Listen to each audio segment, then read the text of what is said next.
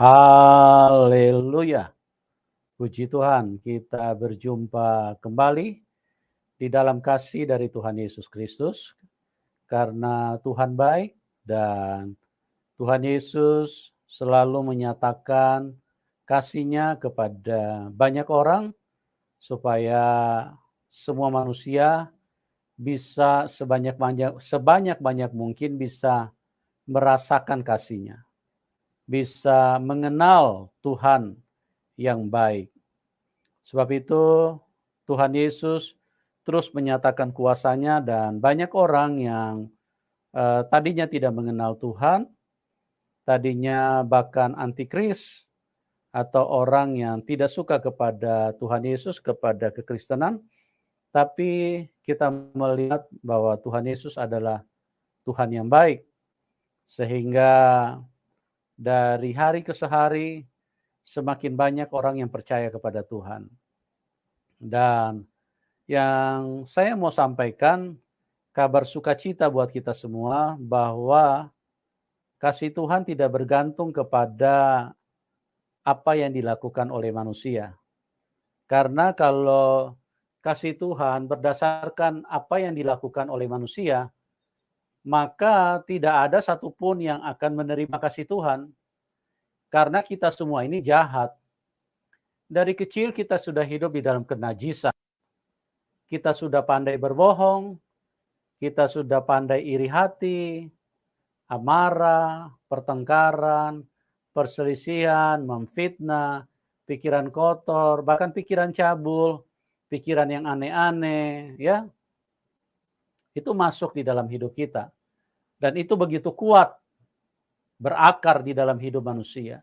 Nah, kalau kasih Tuhan dinyatakan di dalam hidup manusia berdasarkan perbuatan-perbuatan kita, maka kita tidak ada yang layak. Ya, siapa yang layak berdiri di hadapan Tuhan? Siapa yang layak berjumpa kepada Tuhan? Kita semua ini najis. Ya, kita dari kecil sudah pintar berbohong. Tidak ada satupun yang tidak pintar berbohong, ya. Itu sudah kenyataan, sudah fakta. Nah, kita bersyukur kasih Tuhan bukan berdasarkan perbuatan baik manusia. Karena kalau berdasarkan perbuatan baik, maka saya pastikan tidak ada manusia yang bisa berbuat baik. Karena kita dari kecil sudah jago emosi, sudah jago marah-marah. Bagaimana mungkin kita bisa berbuat baik? Kalau ada manusia yang bilang dia bisa berbuat baik, itu menurut versi manusia, bukan versi kebenaran, ya. Kalau versi kebenaran, manusia tidak ada satupun yang baik. Firman Tuhan mencatat, semua orang telah kehilangan kemuliaan Tuhan. Dan kebaikan kita itu seperti kain kotor, kata firman Tuhan. Ya, oleh sebab itu kita bersyukur bahwa kasih Tuhan dinyatakan kepada kita.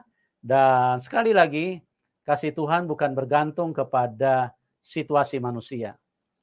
Kalau manusia dia berbuat baik, ya dia lihat dulu orangnya. Orang ini layak ditolong nggak? Orang ini baik nggak? Orang ini memungkinkan nggak untuk ditolong? Tapi kalau Tuhan, dia menolong manusia tanpa melihat manusia layak atau tidak. Sebab itu Tuhan, satu pernyataan Tuhan di dalam firman-Nya, dia mengasihi semua manusia. Dan yang paling luar biasa mulia daripada firman Tuhan, dia mengasihi semua orang berdosa dan dia tidak ingin manusia satupun binasa. Nah, oleh sebab itu kami yang sudah merasakan kasih Tuhan, tentunya kami nggak boleh dong, sudah diselamatkan kami diam-diam saja. Kami harus berbagi. Kami harus ceritakan apa yang telah dilakukan Tuhan di dalam hidup kami. Oleh sebab itu, Tuhan, kiranya apa yang kami tayangkan ini bermanfaat dan bisa menerangi kita semua. Ya, kesaksian pada malam hari ini kita kembali akan mendengarkan bagaimana kuasa Tuhan dinyatakan kepada seorang yang iman berbeda atau iman latar belakang antikris. Artinya orang yang tidak percaya kepada Tuhan Yesus. Dan bagaimana kuasa Tuhan dinyatakan? Kita sambut narasumber kita, Bapak Supangat. Selamat malam, Pak. Selamat malam, Pak Yusuf. Apa kabar? Terima kasih. Ya, kabar baik. Terima kasih sudah diundang di Haleluya. sini untuk Terima menyampaikan kasih Pak Bangat. Ya, Ya, Bapak ini juga sudah berbaik hati dan mau berbagi karena orang-orang yang dijamah Tuhan Yesus itu biasanya tidak ingin menerima kebaikan itu untuk diri sendiri. Dia harus berbagi, dia harus ceritakan kepada orang lain, dia berikan kesaksian bahwa seperti ini loh Tuhan yang berjumpa dengan kami. Ya, terima kasih. Dan pada malam hari ini Pak Pangat akan menceritakan bagaimana perjalanan imannya dari sebelum dia mengenal Tuhan Yesus, bahkan bagaimana ceritanya sampai beliau bisa mempercayai Tuhan Yesus itu adalah Tuhan. Nah, kita akan dengarkan. Di samping itu tentunya tantangan-tantangan juga tidak sedikit, bahkan tidak bisa juga dipisahkan dengan bagaimana mujizat dinyatakan, karena hal-hal itu akan menguatkan iman seseorang. Oke, Pak Pangat, waktu dan tempat saya serahkan kepada Bapak. Silakan, Pak.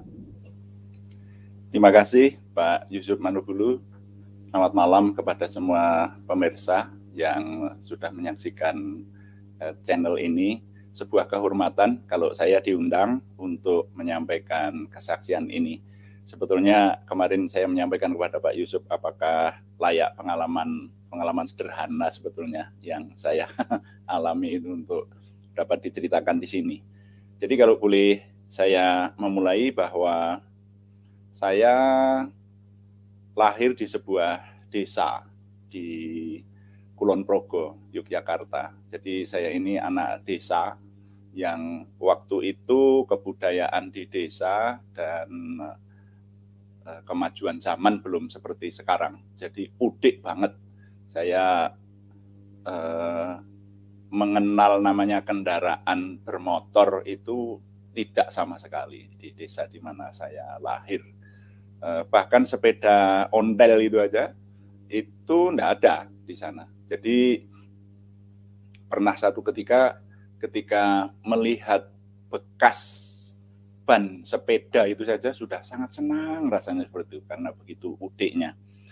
Nah, tapi kalau yang menyangkut keimanan, kalau boleh saya sampaikan bahwa saya dibesarkan di sebuah keluarga yang heterogen tapi kecenderungannya tidak mengenal Tuhan.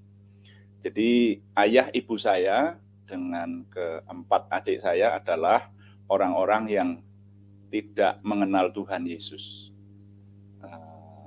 Mereka memiliki keyakinan di luar keyakinan Kristiani. Kemudian masih ditambah lagi, malah kalau boleh saya sampaikan ini yang paling dominan adalah dalam bidang okultisme. Itu kental banget gitu di keluarga kami. Jadi saya waktu lulus SD kemudian SMP, nah baru setelah lulus SMP itu saya ikut kakek paman saya di kota untuk sekolah melanjutkan SLTA seperti itu. Tapi sebelum ke kota itu, bahkan juga selama ada di kota, saya sering diajak oleh orang tua saya untuk pergi ke guru-gurunya bapak saya. Jadi itu paranormal lebih dari satu. Nah, sehingga kalau boleh saya sampaikan, masa muda saya itu diwarnai dengan 3 pengaruh besar. Yang pertama adalah pendidikan non-Kristiani, itu datang dari kakek saya dari bapak. Kakek saya dari bapak itu bahkan di rumahnya itu dipakai untuk ibadah. Jadi dia punya rumah ibadah di rumahnya kakek. Sehingga kalau saya ke rumahnya kakek, tentu saja juga mendapat didikan itu di sana. Nah, sementara bapak ibu saya semuanya non-Kristiani. Bahkan bapak saya sempat dicalonkan menjadi mutin. Kalau di desa itu saudara-saudara tahu jabatan mutin itu ya. Nah, tapi nenek saya yang dari ibu itu seorang Kristiani. Hanya Kristianinya Kristiani di desa, jadi saya mengenal itu ya bisa disebut belum sungguh-sungguh atau tidak sungguh-sungguh tepatnya mengenal Tuhan yang sesungguhnya. Karena nenek saya saja juga, saya tidak mau menyebutkan satu denominasi gereja ya. Jadi kalau saya di tempat nenek saya diajak sekolah minggu. Tapi kalau di tempatnya bapak, di tempatnya kakek yang dari bapak, itu di tempat yang lain. Saya tidak ingin banyak cerita yang satu ini. Tapi yang jelas kalau disebut memiliki pengajaran yang mendalam, tiga-tiganya enggak. Tapi yang cukup terkesan bagi saya itu justru kehidupan yang bersangkutan dengan paranormal, saudara.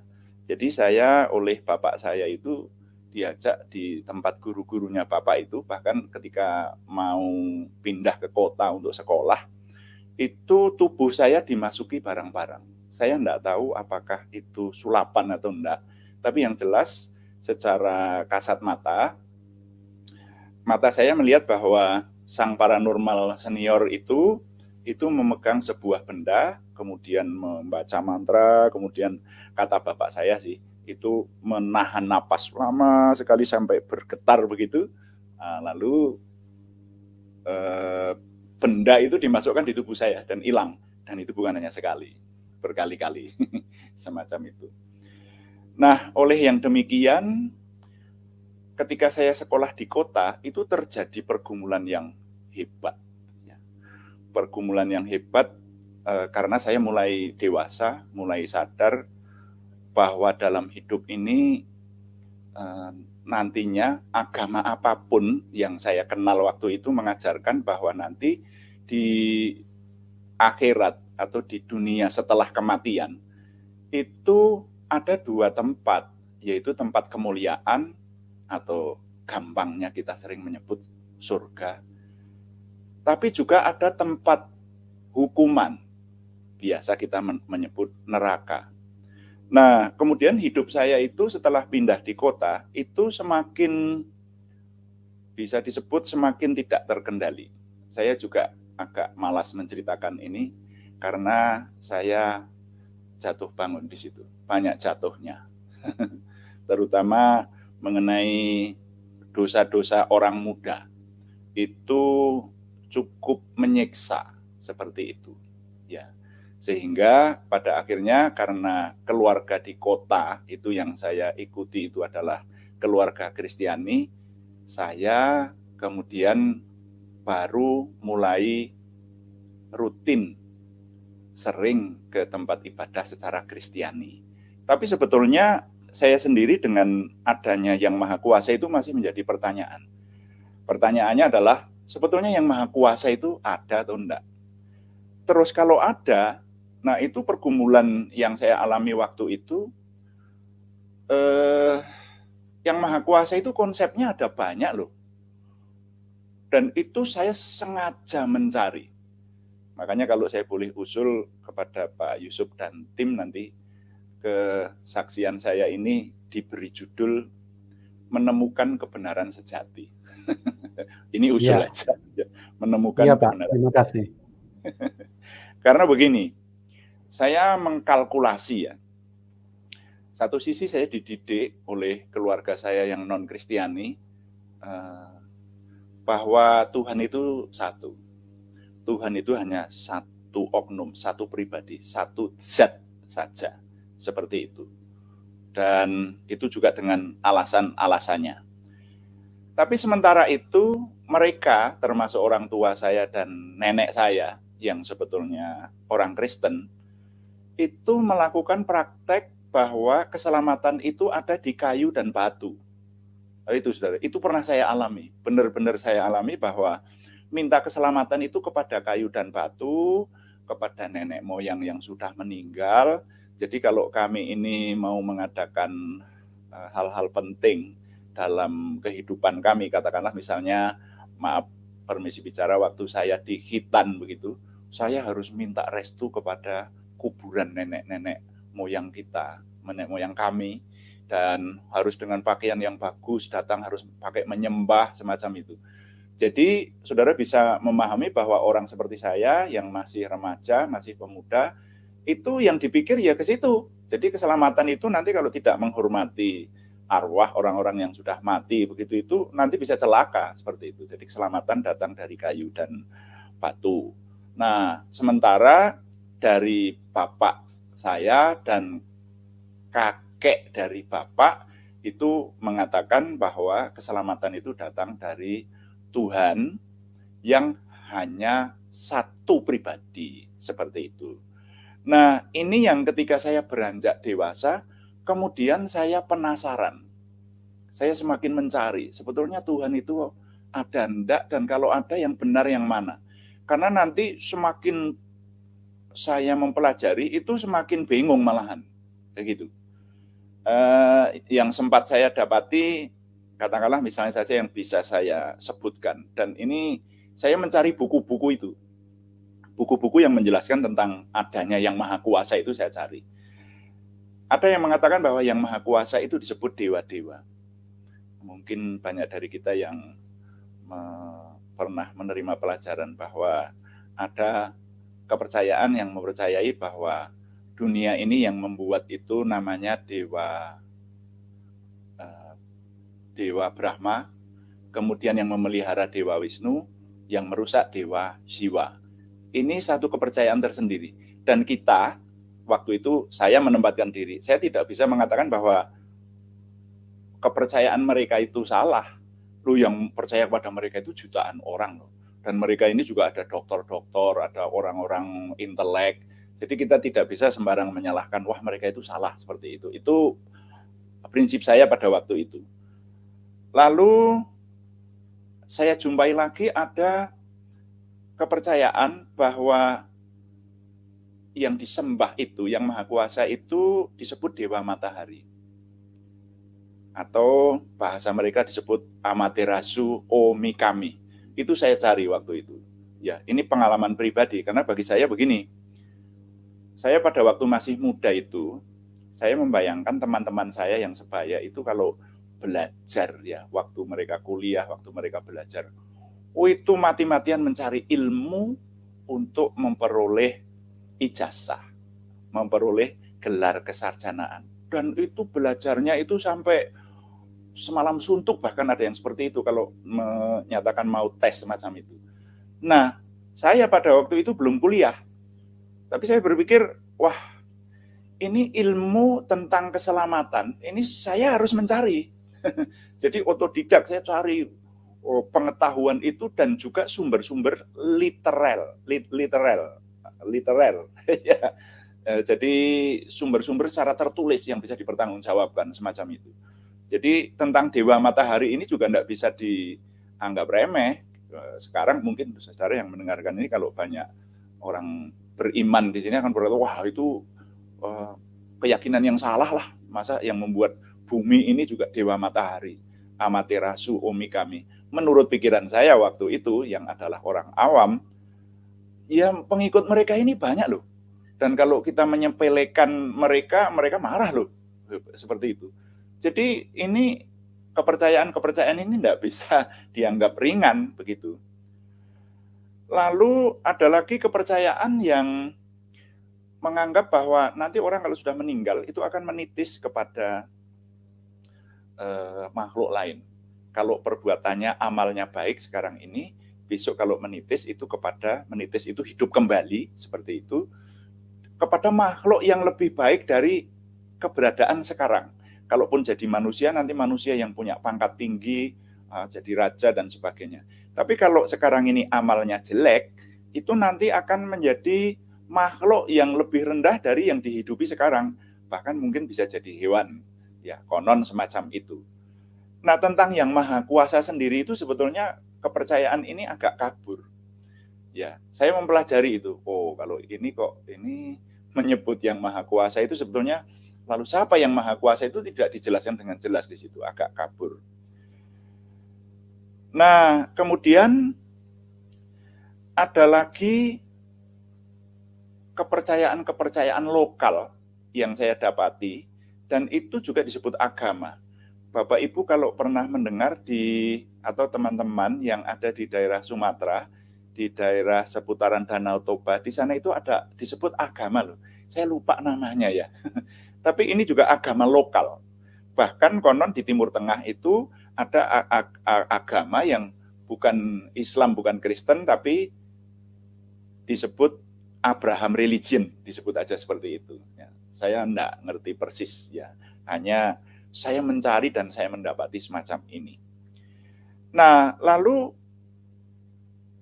ada satu kepercayaan lagi, itu kepercayaannya nenek saya yang dari ibu, bahwa yang Maha Kuasa itu Bapa, Putra, dan Roh. Ah, ini kan beda lagi. Jadi kalau saya hitung, itu sebetulnya ini hanya beberapa yang teringat aja, yang boleh saya sampaikan ini. Itu jumlahnya ada belasan, saya dapati waktu itu. Dan itu semakin membuat saya bingung, saudara. Barangkali yang mendengarkan kesaksian ini ada orang-orang yang mirip seperti saya. Pernah pergi ke gereja atau pernah masuk ke tempat ibadah yang lain, tapi sebetulnya di dalam dirinya punya pergumulan. Tuhan yang benar itu yang mana?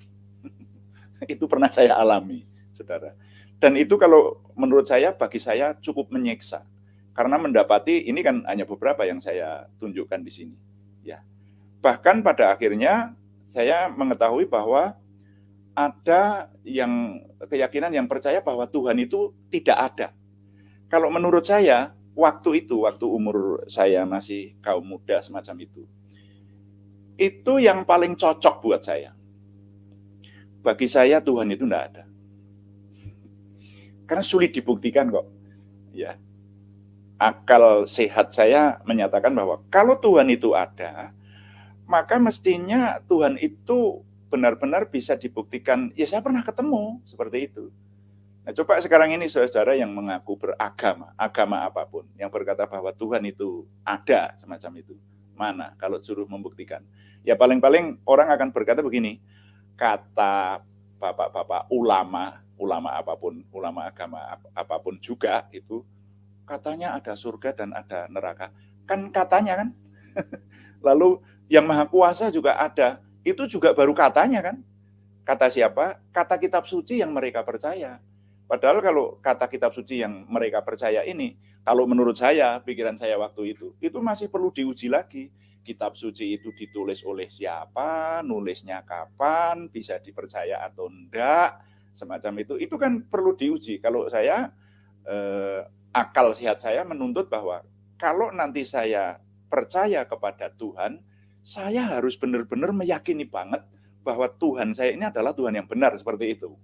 Nah, itu loh.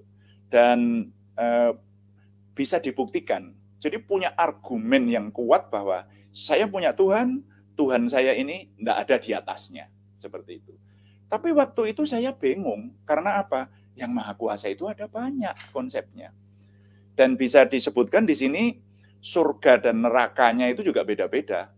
Keyakinan yang ini menjelaskan tentang surga dan neraka itu lain lagi. Ya. Nenek saya mengajarkan bahwa di kepercayaan yang dianut oleh nenek saya dari ibu, surga itu adalah tempat kenikmatan rohani, dikatakan semacam itu. Sementara kakek saya yang dari bapak mengajarkan bahwa di surga nanti, kalau kita masuk surga itu isinya hanya tidur. Di situ itu dikatakan, ini kata kakek saya loh. Jadi di situ ada kasur babut isi sari seperti itu, dan di sana ada banyak bidadari. Kalau saya nggak salah ingat ada 71 bidadari yang akan melayani kita. Nah itu kan beda-beda. Jadi surganya beda-beda, nerakanya beda-beda.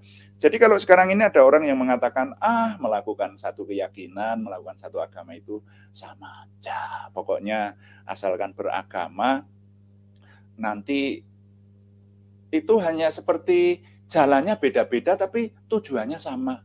Orang kalau berbuat baik nanti akan sampai ke sana waktu itu ya. Saya sempat ketemu dengan nasihat semacam itu. Tapi ketika saya pikir lagi, wah, sepertinya kok enggak ya. Orang konsep tentang keberadaan yang Maha Kuasa sendiri itu beda-beda kok.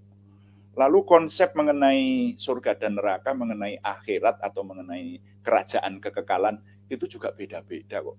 Jadi kalau saya mengambil kesimpulan waktu itu, kalau saya sampai salah mengambil kepercayaan, ya memegang kepada satu kepercayaan tertentu dan saya salah, wah saya bisa masuk di tempat siksaan, tidak masuk di tempat kemuliaan, seperti itu. Nah itu cukup menyiksa. Ditambah lagi, Pak Yusuf kalau saya boleh menyampaikan, ditambah lagi kelakuan saya yang sebetulnya membuat kalau malam saya tidak bisa tidur. Ini tidak usah diceritakan ya. Jadi yang saya tidak pengen menceritakan rinci adalah didikan dari kakek saya, dari bapak itu. Karena saya tidak ingin menjelekkan yang lain. Minta maaf sekali lagi, motivasi kesaksian ini tidak ingin menjelekkan yang lain. Saya sampai detik ini saya menghormati saudara kami yang memiliki keyakinan apapun, tapi karena saya diminta oleh Pak Yusuf Manubulu untuk menyampaikan kisah hidup saya. Nah, saya sampaikan ini subjektif ya, subjektif menurut saya, tapi saudara bisa menguji dengan seobjektif sesuai dengan pendapat masing-masing seperti itu. Nah, sampai di situ kalau malam saya tidak bisa tidur. Karena setelah saya menyelidiki, agama apapun itu menjelaskan bahwa kalau orang kelakuannya jelek, kelakuannya buruk, itu nanti tidak bakalan masuk ke tempat kemuliaan. Agama apapun. Ya. Nah, padahal saya kelakuannya buruk, Bapak Ibu Saudara sekalian. Jadi saya merasa bahwa kalau saya mati, pasti saya masuk neraka. Nah, itu yang pada akhirnya membuat saya semakin berusaha keras untuk mengenal Yang Maha Kuasa yang sesungguhnya. Sehingga tadi latar belakangnya sampai saya mencari dari berbagai sumber. Kalau ketemu orang yang bisa ditanya, ya ulama-ulama tertentu di keyakinan tertentu, saya diskusi mempertanyakan kepada mereka. Dan ini kalau diceritakan cukup panjang rasanya, hanya bolehlah diambil sebuah kesimpulan bahwa pergumulan mencari Tuhan, istilahnya begitu. Jadi yang saya ceritakan ini kalau diberi judul yang awalnya adalah pergumulan mencari Yang Maha Kuasa. Itu cukup hebat. Nah, lalu bagaimana dengan sampai sekarang kok saya memilih keyakinan Kristiani? Kenal Tuhan Yesus dari mana? Ya dari tadi, ikut kakek paman saya kuliah di sebuah kota, adiknya nenek saya itu keluarga Kristiani yang cukup baik. Sehingga saya mempertanyakan waktu itu, karena menurut kakek paman saya dan keluarganya, itu Tuhan itu pernah menjadi manusia, namanya Yesus Kristus. Nah, ini sebuah tantangan bagi saya. Apakah benar Yesus Kristus itu Tuhan? Loh, kalau soal konsep-konsep semacam ini kan setiap keyakinan punya konsep sendiri. Tapi saya waktu itu tidak begitu saja percaya bahwa Yesus itu Allah yang mengambil rupa manusia, yang Maha Kuasa yang mengambil rupa manusia, ya tunggu dululah. Apalagi saya dididik oleh kakek dari bapak saya. Nah, ini kalau saya boleh menyampaikan tantangannya itu. Tantangan ini mulai saya hadapi. Karena kakek dari bapak saya rupanya melihat saya kemudian ikut nenek yang dari ibu itu yang kemudian sampai akhirnya disekolahkan di kota. Maka kakek yang dari bapak itu sangat pesan keras kepada saya. Dan pesannya itu terngiang sampai hari ini. Beliau berkata begini, kamu ikut nenekmu yang dari ibu, itu orang yang sering pergi ke gereja. Tapi kamu cucuku jangan jadi orang Kristen. Orang Kristen itu kalau mati jadi celeng, dikatakan begitu. Celeng itu bahasa Jawa dari babi hutan. Itu sangat nancep banget dalam pikiran saya. Saya nanti kalau mati jadi babi hutan. Saya pertanyakan, lah kenapa kakek? Beliau mengatakan, orang Kristen itu berdoa tidak pernah cuci tangan, cuci kaki, kotor. Hidupnya najis. Jadi kalau mati jadi celeng. Wah, itu bermalam-malam mengganggu hidup saya. Ini termasuk tantangan, saudara-saudara. Ya. Jadi akhirnya sampai kalau saya pulang ke desa, ke tempatnya nenek saya itu, saya kalau pergi ke gereja itu curi-curi. Nah, ini tantangannya di situ. Karena saya kalau pergi ke gereja itu berjalan kurang lebih mungkin antara 3-4 kilo untuk sampai di gereja itu. Ini di pegunungan loh saudara, jalan-jalan tidak rata seperti sekarang. Kalau sekarang di rumah masa kecil saya di mana saya ikut nenek itu mobil sudah sampai sana. Waktu itu ya itu sekitar tahun 70-an ya. Itu masih jauh banget ya, roda enggak bisa sampai sana. Seperti itu. Jadi harus jalan antara 3 sampai 4 kilo. Dan saya kalau membawa buku nyanyian gereja itu, dan saya Kristennya belum sungguh-sungguh loh saudara, ya saya baru ikut-ikutan aja keluarga yang di Magelang itu. Yang saya ikuti itu adiknya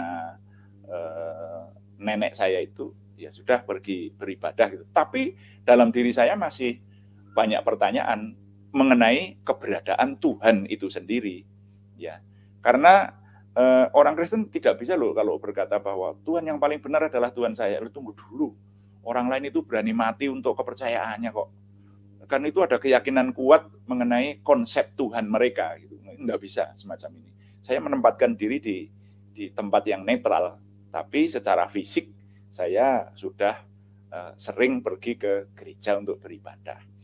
Nah, sampai di situ saya merenungkan dan mencari lagi. Tapi sekarang ini pencariannya berbeda. Kalau dulu itu pencariannya adalah mana Tuhan yang benar, yang ini saya penasaran karena Tuhan kok pernah menjadi manusia. Nah itu loh.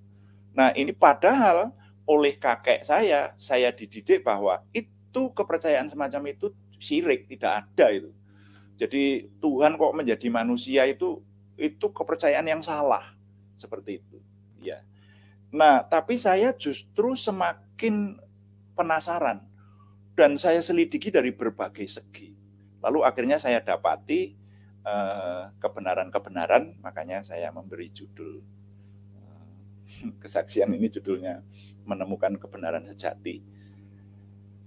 Tuhan Yesus itu diceritakan oleh kitab Injil, dan kitab Injil ini sudah ada lebih dulu dari kitab yang menentang. Jadi yang saya dapati waktu itu nasihat-nasihat atau kata-kata dari kakek saya, dari bapak dan keluarga kami juga yang mengatakan bahwa Yesus itu bukan Tuhan.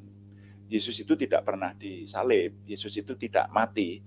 Tapi ini yang sepertinya saudara-saudara saya waktu itu, sekali lagi, saudara saya yang waktu itu mengatakan semacam itu, sampai sekarang masih ada yang mengatakan semacam itu, lupa kepada sejarah. Sejarah mencatat bahwa kitab Injil yang menceritakan bahwa Yesus itu adalah Allah yang mengambil rupa manusia, itu sudah ada dan sudah memiliki banyak pengikut. Tapi 600 tahun kemudian ada sanggahan dari pendapat yang hanya berdasar kepada pewahyuan. Jadi kalau berkata bahwa Alkitab yang dulu itu salah, kitab suci yang dulu itu salah, mestinya kalau orang berkata salah, mestinya ada alasan yang sahih ya, secara ilmiah gitu. Mestinya orang berkata begini, oh ini salah, yang benar yang ini loh. Ya, bahkan salahnya ayat-ayat yang salah itu ini, yang benar yang ini, itu. Lalu ada alasan kenapa ini benar, bukan hanya pewahyuan. Kalau hanya pewahyuan, pendapat saya waktu itu, ya sampai sekarang ini, loh orang bisa saja sampai sekarang berkata bahwa saya nanti malam tidur kemudian saya berkata kepada dunia, saya mendapat pewahyuan bahwa kitab suci ini salah. Yang benar adalah seperti yang diwahyukan kepada saya. Dan tidak ada saksi yang menyertai. Itu bagi saya sebuah pertanyaan besar. Ya. Bahkan hal ini seringkali kalau dikupas, didiskusikan gitu, ini bisa tajam. Ya. Tapi itu masuk dalam perhitungan saya. Seperti itu. Jadi akhirnya saya dapati bahwa sejarah tentang Yesus itu bukan dongeng. Itu sejarah. Karena kitab suci itu semakin saya pelajari, ternyata bisa dipertanggungjawabkan. Masing-masing kitab dari Kejadian sampai Wahyu itu ditulis tahun berapa, diperkirakan tahun berapa, yang menulis siapa, itu bisa dipertanggungjawabkan. Itu bukan dongeng. Nah kalau dulu saya, wah ini tantangannya Pak, itu dulu saya sering dikatakan, wah kamu percaya Yesus itu lahir, tanggal lahirnya aja enggak diketahui kok nabi kok tanggal lahirnya tidak bisa diketahui, itu nabi sungguhan apa nabi palsu, dikatakan semacam itu. Itu mengganggu iman saya. Dan bagi saya, sesuatu yang mengganggu itu malah membuat saya penasaran untuk mencari kebenarannya. Nah, akhirnya saya dapati bahwa, oh lah, Yesus itu lahir tidak diketahui tanggalnya karena apa? Penanggalan atau kalender itu baru disusun oleh seorang ahli namanya Denis Lapetit. Dan itu disusun beberapa puluh tahun setelah Yesus lahir. Lalu dia menyusun kalender itu dimulai istilahnya tahun 0 itu mulai dari lahirnya Yesus Kristus. Makanya disebut Masehi. Nah, ya, itu dari keberadaan Isa Al-Masih yang menyusun seorang ahli namanya Denis Lapetit. Nah, semacam itu. Nah, ini cerita soal pengalaman ya. Jadi kalau zaman dulu itu saya kenapa kok bingung itu karena belum tahu aja. Kalau sekarang jawabannya kan cukup mudah. Yesus tidak diketahui tanggal lahirnya kok dipercaya sebagai nabi. Lah kenapa Yesus kok tidak diketahui tanggal lahirnya? Kalendernya belum dibuat. Selesai tahu jawabannya gitu. Lalu tantangannya saya mendapati bahwa Tuhan kok punya anak. Yesus itu dikatakan anak Allah. Nah, saya waktu itu untuk menjawab itu ini tantangan dan itu menambah pergumulan saya. Iya ya, Yesus kok anak Allah. Kalau begitu saya ini mau ikut Tuhan yang salah ini. Masa Tuhan punya anak? Waduh, kalau saya ikut Tuhan yang salah bagaimana ini? Tantangan-tantangan semacam itu akhirnya saya dapati jawabannya. Oh, istilah anak ini sebetulnya bukannya anaknya bapak dan ibu. Kalau saya ini anaknya bapak dan ibu saya, jadi bapak ibu saya menikah, kemudian mereka sel jantan dan sel telurnya bertemu, jadilah saya. Lalu saya ini lahir dari rahimnya ibu, anaknya bapak dan ibu. Wah, itu saya dulu sempat goyah.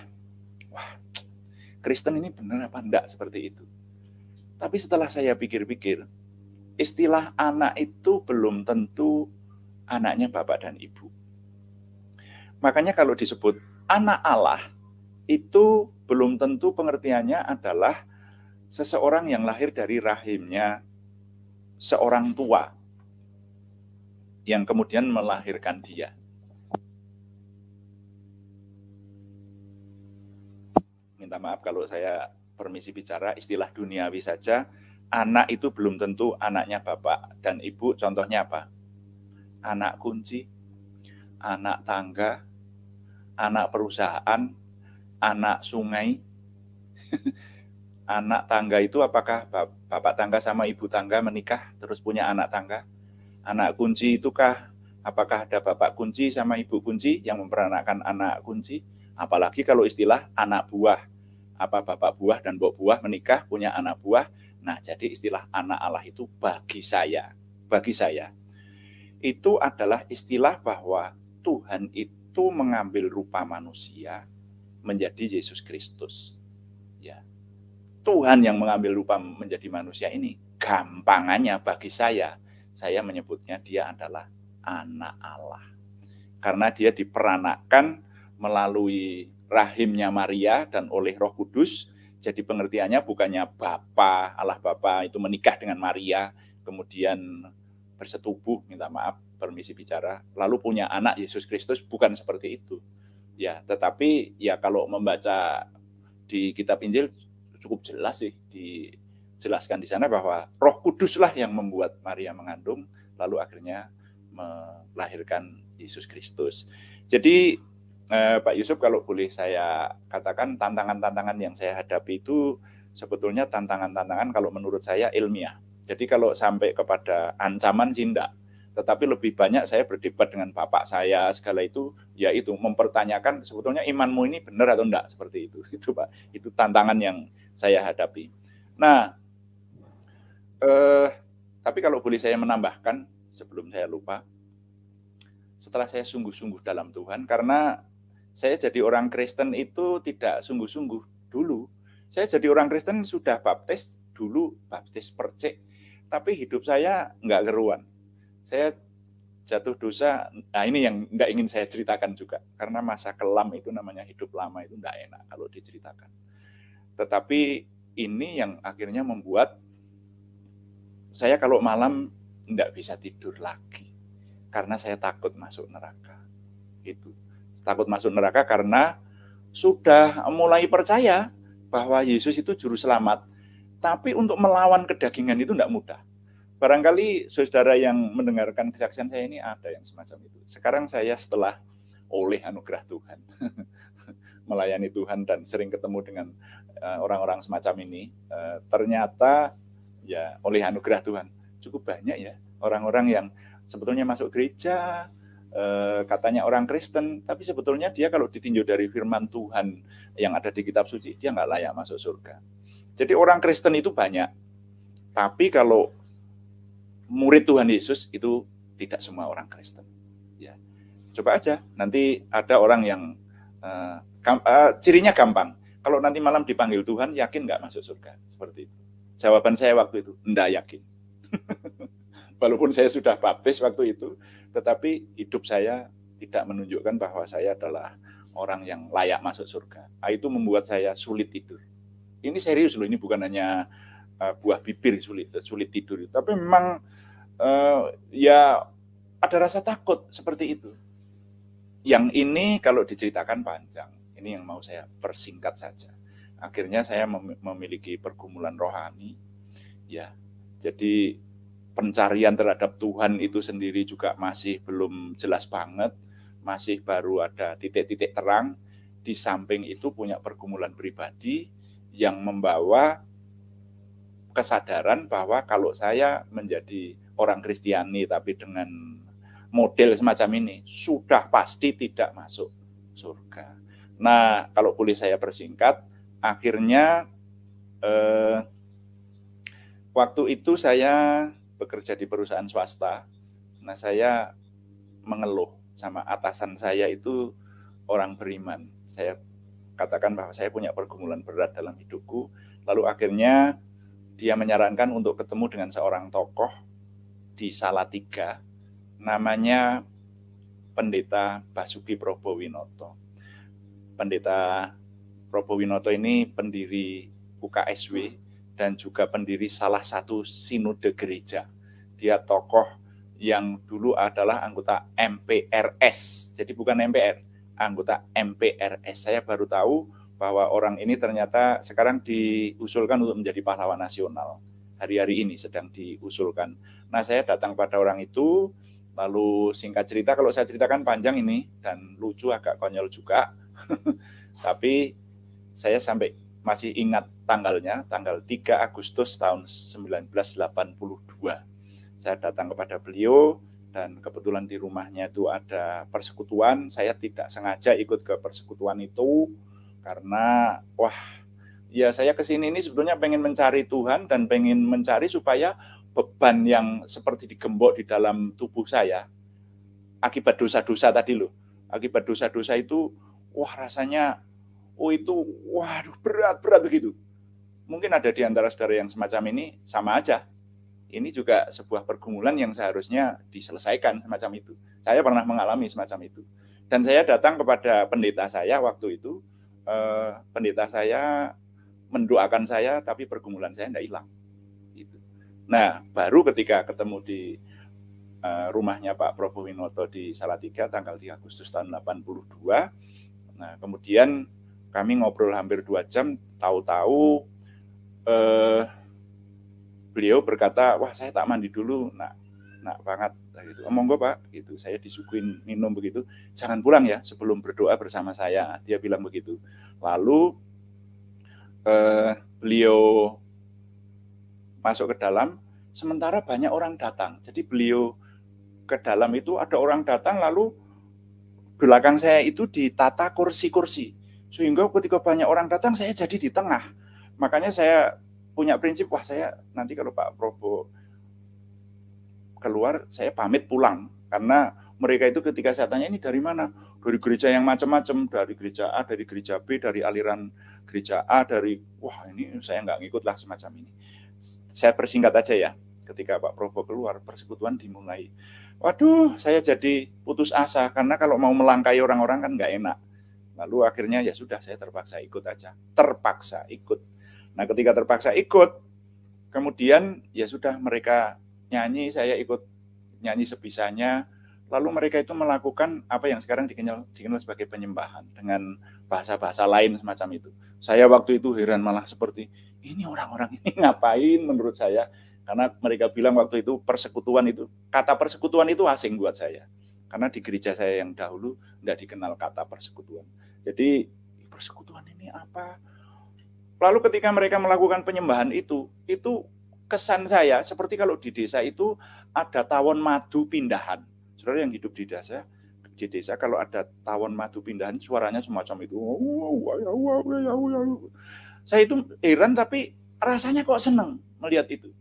Jadi nanti saya akhirnya jatuh cinta sama persekutuan itu, motivasinya hanya untuk ikut mendengarkan apa yang disebut penyembahan dengan bahasa-bahasa yang tidak saya tahu, saudara. Ya. Nah, ini orang kayak saya nanti akhirnya sampai saya mencari tahu, sampai saya sekarang saya bisa menjelaskan. Mereka menyebut bahasa roh itu apakah bahasa setan atau bukan. Kalau ada yang pengen tanya, boleh sekarang. Saya bisa jawab sekarang. Dengan akal sehat saya. Seperti itu.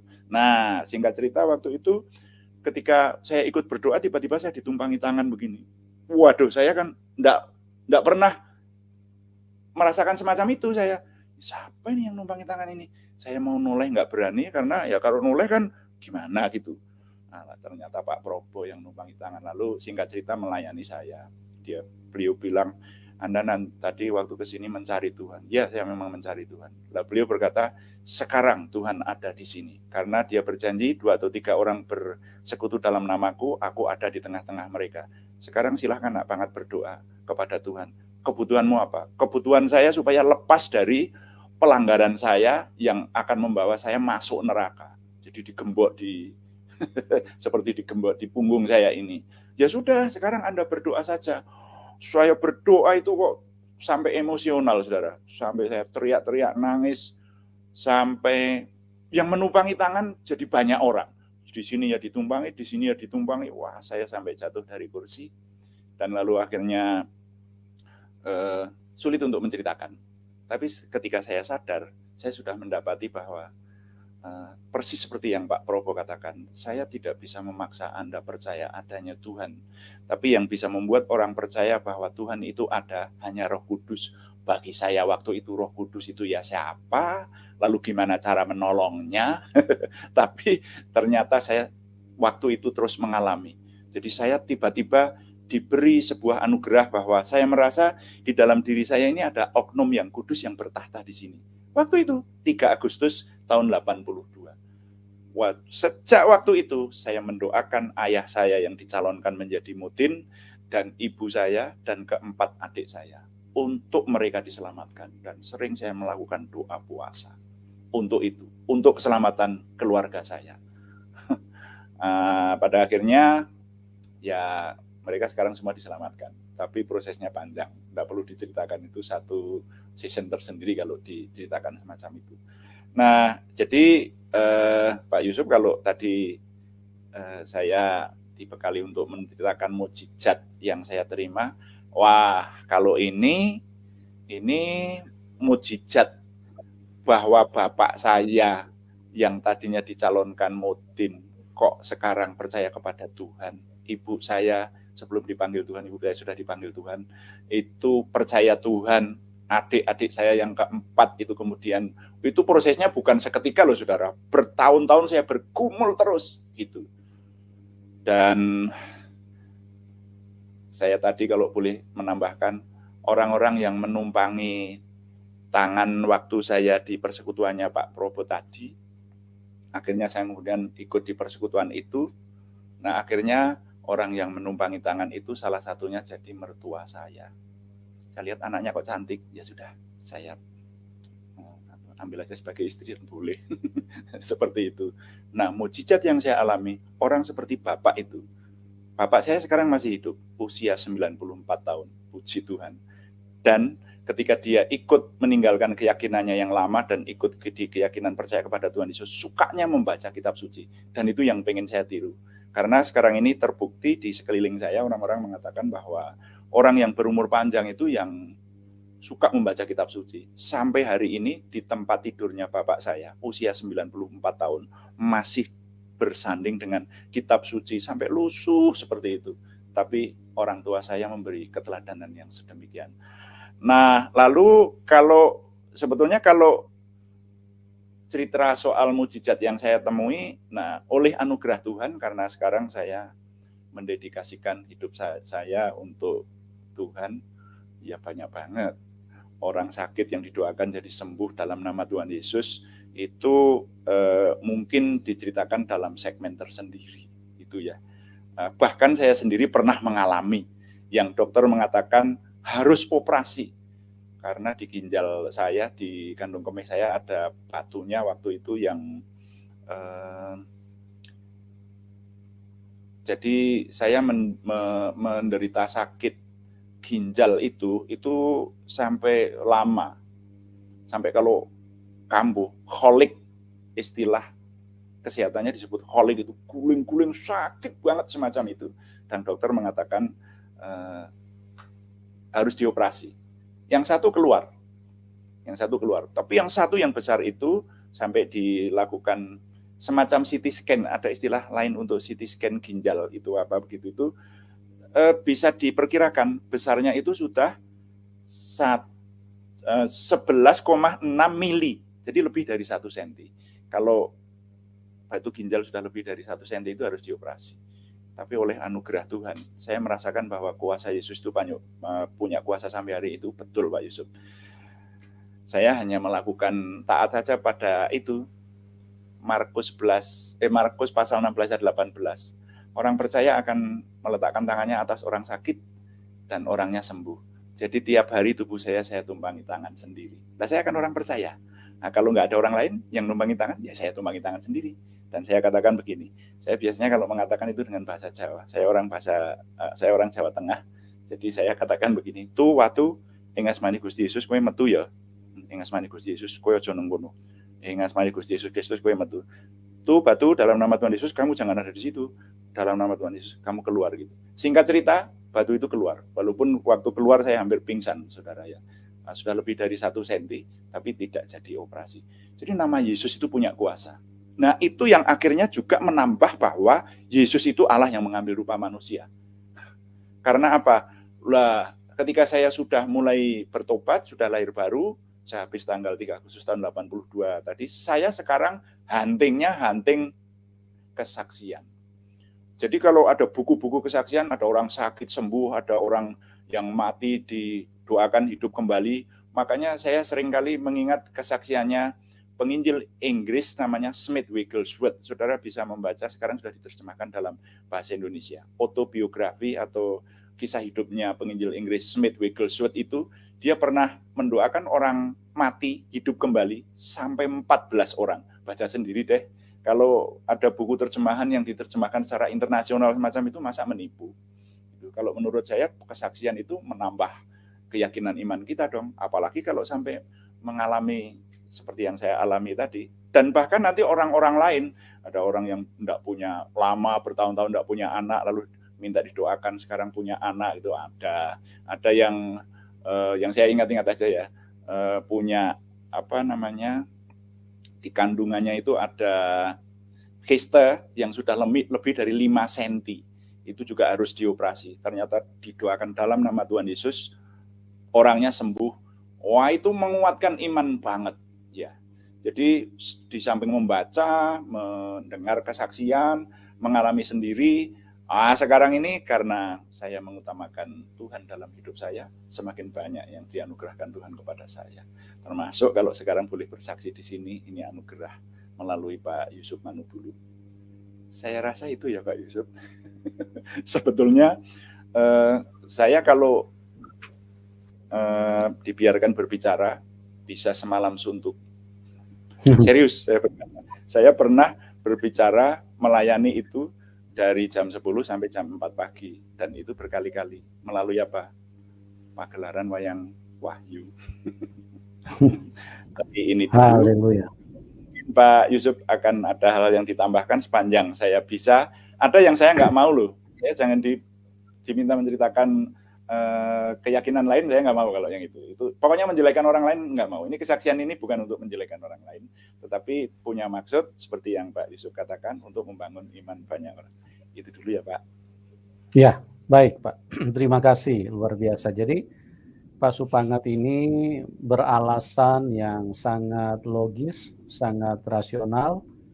Jadi memang seharusnya yang namanya iman itu harus dikaji dengan sungguh-sungguh, dipelajari dengan sungguh-sungguh, secara dan bukti-bukti otentik ya, supaya jangan sampai kita salah di dalam iman. Karena iman itu bukan urusan hanya 1-2 tahun. Itu urusan kekalan. Kalau kita salah, maka seterusnya yang menderita kita. Tidak ada orang lain yang bisa join dengan iman kita. Karena itu adalah pertanggungjawaban pribadi kita. Kita mau mempercayai Tuhan Yesus atau tidak, yaitu tanggung jawab kita pribadi. Jadi sudah sewajarnya untuk saya sebagai hamba Tuhan mengingatkan, coba dikaji, diteliti, dipelajari, agar apa yang Anda yakini atau apa yang diyakini itu benar-benar bermanfaat untuk dirimu sendiri, ya. Karena saya tidak akan ikut menanggung, orang lain tidak akan ikut menanggung, dirimu sendirilah yang menanggung. Karena di dalam hidup ini kita, firman Tuhan mengatakan, Tuhan di dalam Alkitab, di dalam Injil, Tuhan itu hanya satu. Tuhan itu hanya satu. Amin. Dan kita harus berjumpa dengan Tuhan yang benar, ya. Karena kita pelajari sejarah, dan firman Tuhan sudah menyatakan di dalam kitab Kejadian bahwa iblis dari dulu penipu ulung. Jadi pada saat Tuhan berbicara kepada Adam dan Hawa, jangan kamu makan buah itu, nanti kamu mati. Iblis juga dapat bicara kepada manusia. Dan dia berbohong kepada manusia, dia bilang makan saja. Nah, kalau seperti ini kan, yang jadi korban itu Adam dan Hawa. Karena mereka tidak percaya firman Tuhan. Mereka percaya kepada perkataan setan, itu yang jadi masalah. Iblis bilang makan saja, kan yang mereka dengar iblis. Makanya sekarang di dalam hidup ini, yang namanya penipuan, berita hoax, atau penyelewengan, penyesatan itu akan terus dilakukan oleh iblis. Supaya apa? Dengan tujuan supaya kita jangan sampai berjumpa dengan Tuhan yang benar. Itu adalah rancangan dan strategi setan, dan memang Tuhan Yesus sudah mengatakan di dalam Alkitab bahwa iblis adalah pembunuh manusia sejak semula. Itu Yohanes 8 ayat 44. Yohanes 10 ayat 10, pencuri datang hanya untuk mencuri dan membunuh dan membinasakan. Itu satu perkataan firman yang harus digarisbawahi setebal mungkin, bahwa ada satu pribadi yang sangat sadis, sangat keji, itulah iblis. Dan kenapa manusia bisa saling membunuh, manusia bisa saling menghabisi, cuma atas dasar ketidakterimaan di dalam perasaan mereka bisa saling membunuh. Karena itulah membuktikan bahwa manusia sudah dikuasai iblis. Jadi hati-hati, iblis itu rajanya penipu, dan dia terus membohongi manusia. Dan berbagai pembohongan atau penyesatan disuarakan oleh setan, sampai nanti akhirnya manusia tersesat. Dan pembohongan itu dia selalu memasukkan di dalam pikiran manusia. Antara lain perkataan-perkataan kebohongan yang berasal dari iblis adalah masa Tuhan berkolor. Nah itu, atau masa Tuhan disalib, atau Masa Tuhan lahir dari rahim wanita? Kan dia pencipta. Bagaimana seorang pencipta kalau lahir dari ciptaan? Nah, ini adalah penyesatan-penyesatan. Kalau kita ukur dengan rasio logika kita, memang kita akan mempercayai iblis. Ya, karena manusia sudah tertipu dari Taman Eden. Tapi kalau kita mau kaji kebenaran dengan sungguh-sungguh, ya manusia pasti akan lahir. Karena Tuhan Yesus itu kan menjadi manusia. Jadi dia harus pakai konsep kealahan itu sendiri. Konsep kebenaran itu sendiri. Tidak mungkin dia turun dari langit. Kalau dia turun dari langit, hancur ini dunia. Dalam keadaan rupa Allah. Maka dia harus mengambil rupa manusia. Dan dia harus firman Tuhan ini kebenaran. Makanya dia bekerja itu sesuai firman-Nya. Dia tidak mungkin muncul di atas pohon. Begitu teman-teman. Karena manusia harus dilahirkan, manusia melahirkan manusia, karena dia mau menjadi manusia, ya dia harus lahir dari rahim wanita dong. Begitu. Karena tidak, coba cek dulu. Jangan-jangan ada planet lain yang ada manusia tidak lahir dari manusia. Mungkin lahir dari makhluk lain, ya. Nah, itu makanya jadi orang itu cerdas, pintarlah, dan jangan mau dibodohi setan. Setan itu rajanya penipu. Dan dia berkata, masa Tuhan mati di salib? Ingat, saya katakan Abraham itu, kenapa Abraham diperintahkan Tuhan untuk pergi korban sembeli anak kandungnya? Abraham itu kan satu tokoh yang sangat dihormati dan sangat memberikan suatu berkat yang luar biasa bagi manusia. Ya, bahwa imannya, dia adalah bapak orang percaya. Dan kenapa dia disuruh untuk mengorbankan anaknya? Supaya manusia diberitahu bahwa satu ketika bapak yang baik itu, tadi yang sudah dijelaskan oleh Bapak Nat, bukan karena Allah itu kawin, punya ibu dan ini. Itu karena orang yang sangat sesat, orang yang sangat bodoh pikirannya, orang yang logika mampet kemana-mana. Makanya mereka selalu berpikir kalau dibilang anak Allah, maka ada Allah yang kawin dan cari ibunya, cari bidannya. Ya, tapi kalau kita mau berpikiran secara luas, maka ini bukan berbicara soal seksualitas, ya, kecuali orang-orang yang pikirannya seksualitas terus, makanya semuanya diarahkan ke seksualitas. Jadi Tuhan tidak seperti itu. Nah, jadi bahwa Tuhan Yesus itu adalah sang kebenaran yang menjadi manusia. Kenapa? Karena dia sudah memberitahu bahwa di zaman Abraham itu ada Tuhan perintahkan dia sembelih anakmu. Nah, pesan apa yang Tuhan ingin berikan kepada manusia? Supaya manusia ini cerdas dan mengerti bahwa Tuhan akan melakukan sesuatu supaya kamu paham bahwa nanti satu ketika Bapa yang baik itu akan mengorbankan sendiri anaknya, yaitu Tuhan Yesus mati di kayu salib.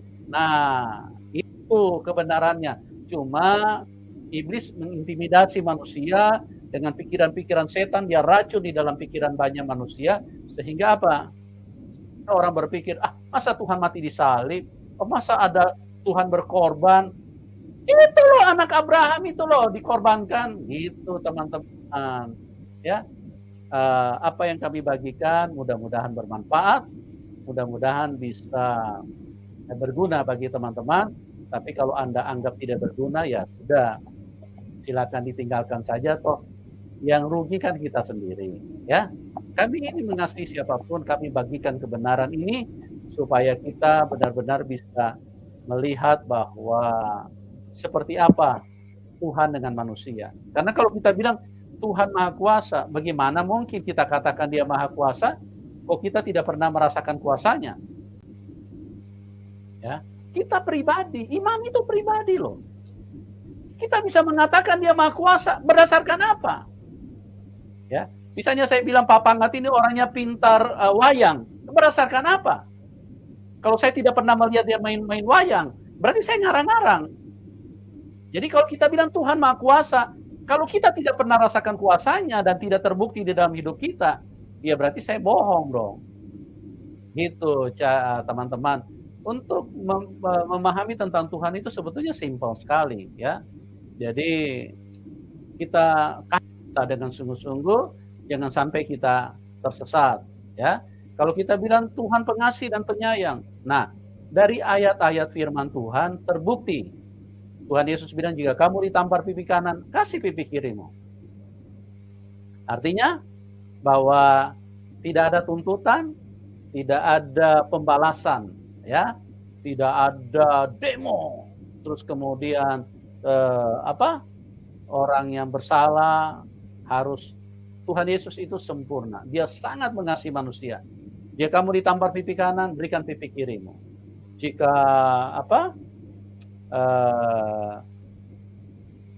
berdoalah buat musuh-musuhmu, ya, mintalah berkat buat mereka. Luar biasa, terlalu banyak ayatnya tuh. Sama dengan Pak Pangat bilang, kalau dikasih waktu yang panjang, dia bisa sampai jam 4 subuh bisa ngomong terus, ya. Bahkan mungkin bisa sampai 4 bulan ke depan kita bisa ngomong terus ini kalau kita punya waktu yang panjang, ya. Tapi karena kita dibatasi waktu, dan saya berdoa sekali lagi apa yang kita bagikan ini bisa bermanfaat, bisa membuat kita menerima kasih karunia Tuhan. Nah, Pak Pangat, saya mungkin ingin menyampaikan sesuatu, atau mungkin Bapak yang sebagai narasumber pada malam hari ini, kira-kira pesan apa yang Bapak bisa berikan kepada teman-teman yang belum kenal Tuhan? Ya, jadi Bapak bisa bagikan supaya kita sudah menerima kasih karunia Tuhan, jangan sampai kita sendiri yang mengalaminya, tapi biarlah kita bisa berbagi pada malam hari ini. Kira-kira pesan apa yang Bapak bisa bagikan singkat saja bagi teman-teman yang belum kenal Tuhan, ya?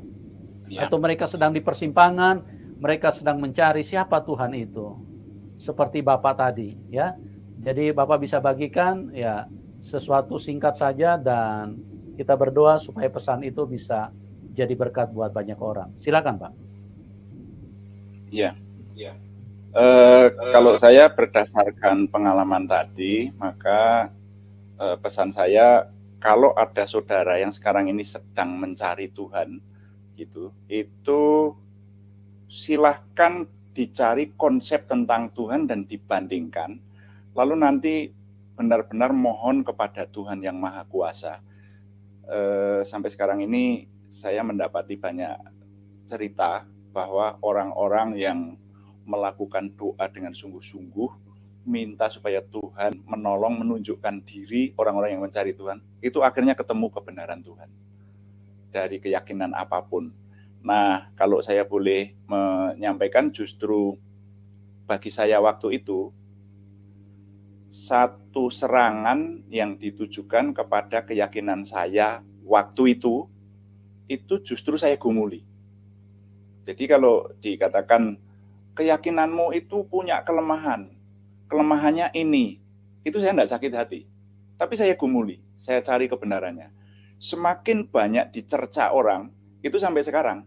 Sampai ketika sekarang saya percaya kepada Tuhan Yesus, kalau mungkin ada konsep yang lebih tinggi dari Tuhan Yesus yang saya percaya ini, saya pindah agama nggak masalah. Ya. Tapi sampai sekarang ini saya jumpai, tidak ada.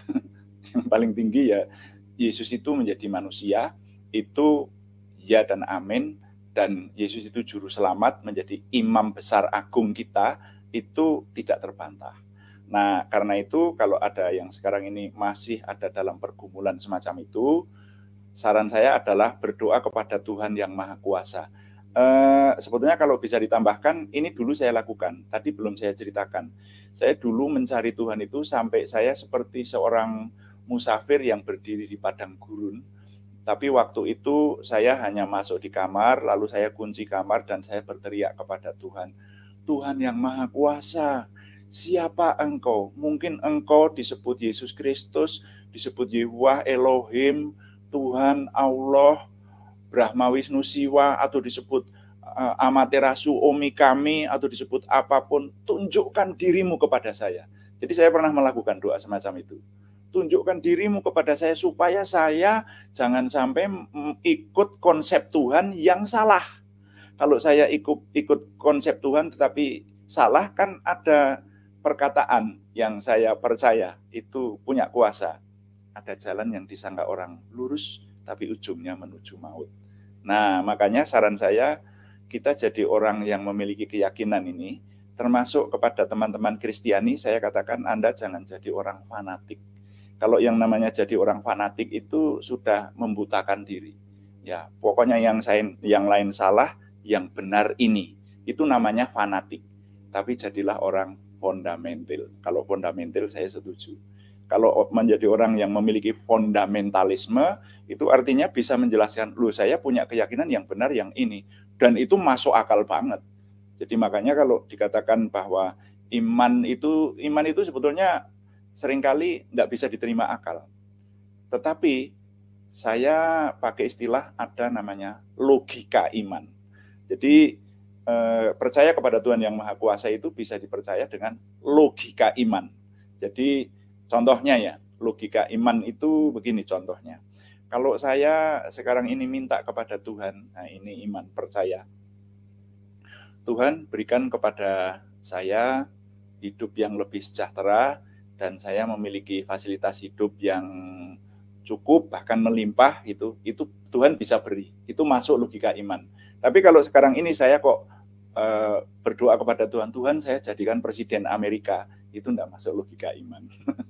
Apapun itu sangat kecil banget itu bisa seperti itu. Dengan usia saya semacam ini, terus saya kok minta jadi presiden Amerika. Nah, karena itu minta kepada Tuhan supaya Tuhan menunjukkan kepada kita dirinya yang Maha Kuasa, yang benar-benar, yang tidak salah, yang tidak sampai kepada jalan menuju maut, ya, yang ujungnya menuju maut tadi. Makanya ketika saya dulu punya pergumulan, yaitu tunjukkan kepada kami jalan yang lurus. Nah, jalan yang lurus itu kalau benar-benar dicari nanti akan ketemu, tapi jangan fanatik. Ya, justru semakin banyak keyakinan kita, barangkali keyakinan saudara itu dicerca orang, yang dicerca itu jangan sakit hati, cari kebenarannya di situ, sampai bisa menjawab bahwa cercaan itu salah. Nah, kalau cercaan itu betul, ya harus diakui dengan jujur bahwa oh ternyata, katakanlah misalnya tadi ya, Allah kok 3 gitu misalnya. Nah, kalau Allahnya 3, ya Allah itu punya anak gitu. Kalau Tuhan saya itu punya anak seperti yang dituduhkan orang-orang, saya nggak mau. Saya enggak mau dong jadi orang Kristen bahwa Allah saya punya anak seperti bapak saya punya anak, saya enggak mau. Nah, gitu.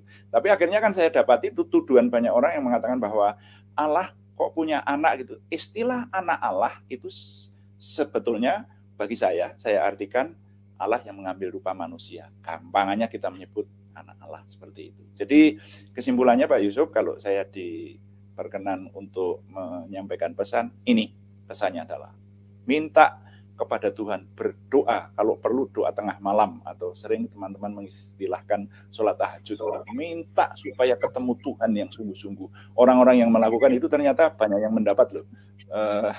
Saya ketemu dengan beberapa orang yang seperti ini, mencari Tuhan, berdoa, akhirnya ketemu dengan kebenaran sejati itu. Lalu itu yang pertama, jadi berdoa. Yang pesan kedua adalah, kalau keyakinan Anda dicerca orang, jangan marah.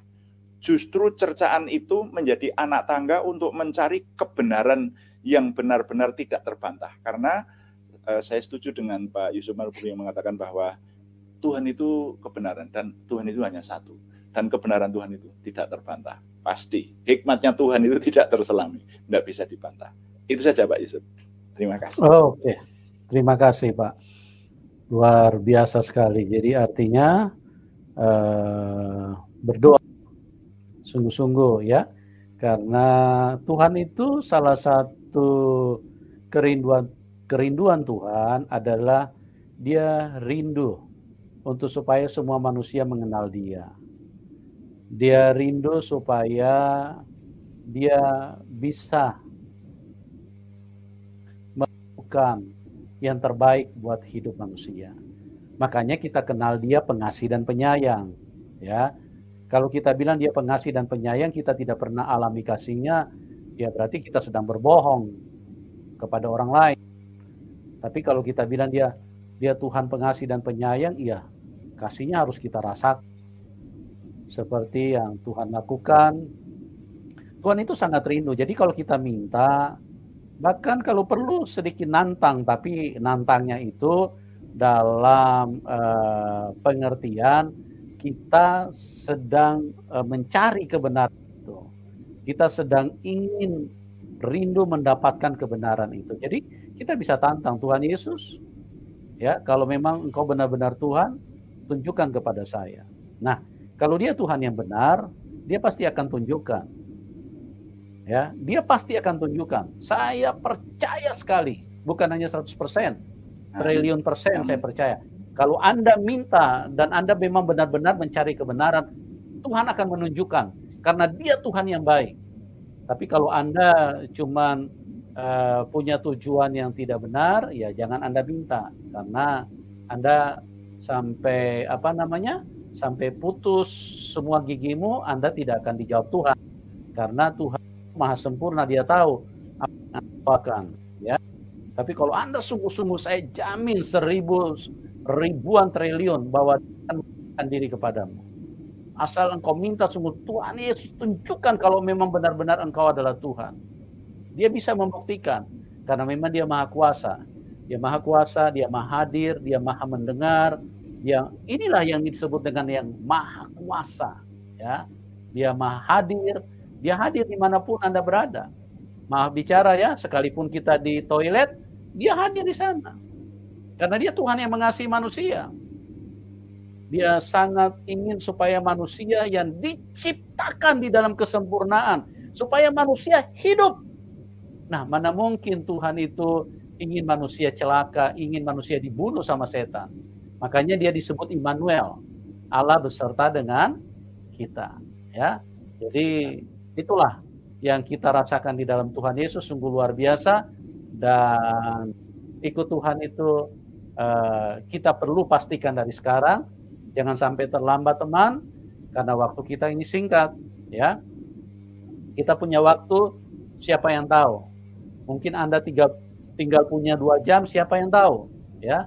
Tapi masalahnya bukan berapa hari Anda hidup di dalam dunia, bukan berapa tahun, ya. Masalahnya sudah siap belum ketemu Tuhan. Nah, kalau belum siap ketemu Tuhan, begitu Anda mati langsung diterkam setan, ya. Karena apa? Karena di dalam hidup ini hanya ada 2 kuasa, Tuhan dan setan. Kalau kita tidak percaya kepada kasih Tuhan, maka dari Taman Eden itu sudah dijelaskan oleh firman Tuhan, ya. Dari Taman Eden sudah dijelaskan bahwa hanya ada 2 kuasa. Bagaimana Tuhan hadir, setan juga nggak mau ketinggalan. Dia datang, dia hadir, dan dia membunuh manusia. Nah, itu kalau Anda bertanya, bagaimana kuasa setan bisa menjadi nyata di dalam hidup manusia?